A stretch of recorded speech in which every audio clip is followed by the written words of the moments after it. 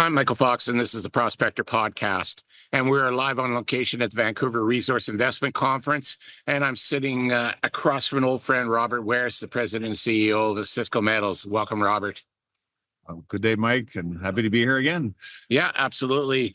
For those that aren't familiar with Osisko Metals, let's give them the elevator pitch so they know what we're dealing with. Absolutely. So Osisko Metals, TSX-V, Canadian developer focused on critical metals. Flagship project is Gaspé Copper, located in Eastern Quebec, and also the Point zinc and lead project located in Northwest Territories. Yeah, I got to sit down actually yesterday with Jeff Hussey, the president and CEO of the private spin out of Pine Point. Got brought up to speed, exciting stuff there. But we're going to talk about Gaspé Copper because just as exciting as Pine Point might have been, Gaspé Copper is an even more exciting opportunity, I think. So let's talk 2024. A lot has been accomplished with Gaspé Copper. Yeah, absolutely. So we completed drill program last summer, and in December we released our new resource, which effectively tripled the size of the in-pit deposit. So right now we're sitting at about 840 million tons indicated and 670 inferred, all at an average grade of about 0.35 copper equivalent or 0.29 copper. So this dramatic increase in the resource is a game changer for the project, as we've now realigned a very strong drill program for 2025. The objective is to convert everything to measured and indicated summer, with minimum 90,000 meters of drilling, which is now financed.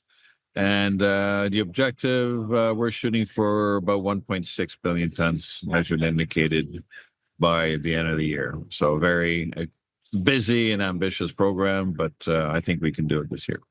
Yeah, what I like is I say whenever I deal with an Osisko company on these podcasts, you're very methodical in what you do. Like there's a process behind it, and that's part of the success of why Osisko developed so many mines that they have over the course of their history. It's the same with this, but the exciting thing, I think, you mentioned about it's financed, but it's a little bit more than financed. Yeah. That last financing was way more than needed for just this 1 year. Absolutely. So basically, we had the opportunity to do large financing indirectly as a sales of Osisko Mining. It created liquidity then, obviously, and the funds were keen to redeploy. And that coincided actually with the announcement of the new resource, and that captured market attention. So it was basically a fantastic window of opportunity that we're able to capitalize on. And we closed the financing within 3 weeks, $100 million at 26 plus half the warrant. So right now we're basically fully capitalized to take the project 90% FID, essentially. That's exciting stuff. So what it does, though, for the listeners to understand, usually a lot of these companies, they're planning a year, and then they have to go back to finance, and then they plan another year and have to go back to finance. This here actually gives you a 5-year runway. Absolutely. And right now we have a 5-year plan to complete permitting, environmental impact studies, obviously update the resource.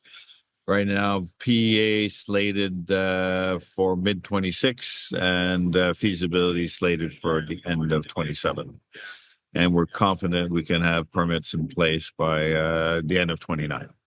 So that means we could be mining copper out of this project by 2030? No. If it works out the way we think it's going to go, we're looking at a 2-year mine build. It's going to be a large bulk tonnage copper operation. I would say, venture to guess right now, at least 120, 150,000 tons a day. And so that's a 2-year mine build for an operation of that scale. So we would see first production beginning 2032, actually. Okay, so I got a little ebulliently excited about the opportunity. You're more optimistic than I am. Well, I'm optimistic. You're realistic. You've done this before, not me. So Yeah. I'll go with your numbers. There you go. So you've got the PEA slated for 2026, I believe you Mid said. 2026. So what kind of work needs to be done in 2025 to get you set up for the PEA, and where does that change things from where they are now? Well, as I said, drilling off the resource, converting the bulk of it to certainly indicated and more measured.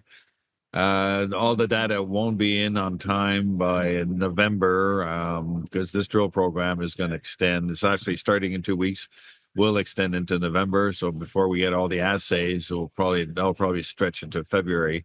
We need to get that PEA out by mid 26 the latest, because that is going to trigger the permitting process at the federal level. And so even if the entire resource is not converted by then, we'll have sufficient data to produce a new MRE with the PEA by mid 26. And that is going to be updated again later as all the data comes in. We might even do more drilling in 26. So ultimately, I think the ultimate final resource should be in place again by mid 26 as well. And we're very optimistic on the potential size, of course, of this, because we believe that actually the deposit has a good chance of being bigger right now than what we have on the table. Okay, I was about to ask if this was going to increase the deposit size, yeah. or just simply move the resource from inferred to. Yes, no, there's definitely potential to increase deposit size. The current resource is limited the floor of the in-pit resource to what was known as the C-zone skarn, which was mined underground. And now with further review, actually, I looked at a drill hole just a couple of weeks ago, and it's clear that mineralization extends below the C-zone floor between the C-zone and E-zone. So this drill program is actually all the drill holes are going to go down to the E-zone, which could add significant additional tonnage. Yeah. Now, explain to the listeners how you actually acquired this project, because this was a mine. Somebody else was working it, and now you have it. Well, yeah, I actually worked there in the 90s. There was a Noranda operation for close to 45 years, shut down in 99. The underground operation shut down in 99. Smelter shut down in 2003. And then it went into, reclamation. And then, of course, Noranda Falcon Bridge was sold to Xstrata. Xstrata was eventually sold to Glencore. So the asset changed hands 3 times. And by the time it got to Glencore's hands, they completed the rehabilitation. And then it was sitting as a passive asset in Glencore's portfolio. And then around 2021, we approached Glencore with the idea of basically vending it to us, since they weren't advancing the project. In Glencore's books, it was just too small to develop, because obviously the top 5 producers on this planet all look for tier 1 assets, and it was just not a tier 1 asset. So we did a 1-year due diligence, including drilling, and 21 and 22.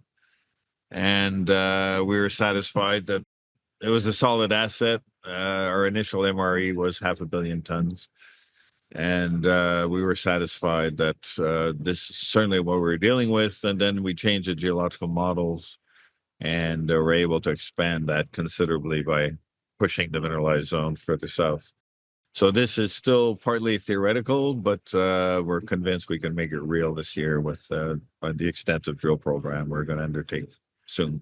Yeah, perfect. It's one of the things I liked about the project was that sometimes there's good projects that are just in the wrong hands.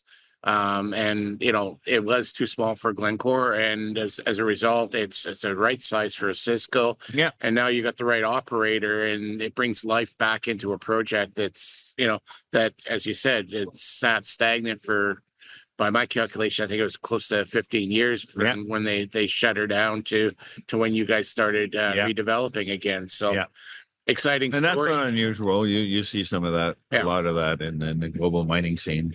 So the truth is that there are a lot of opportunities for developers and tier 2 producers.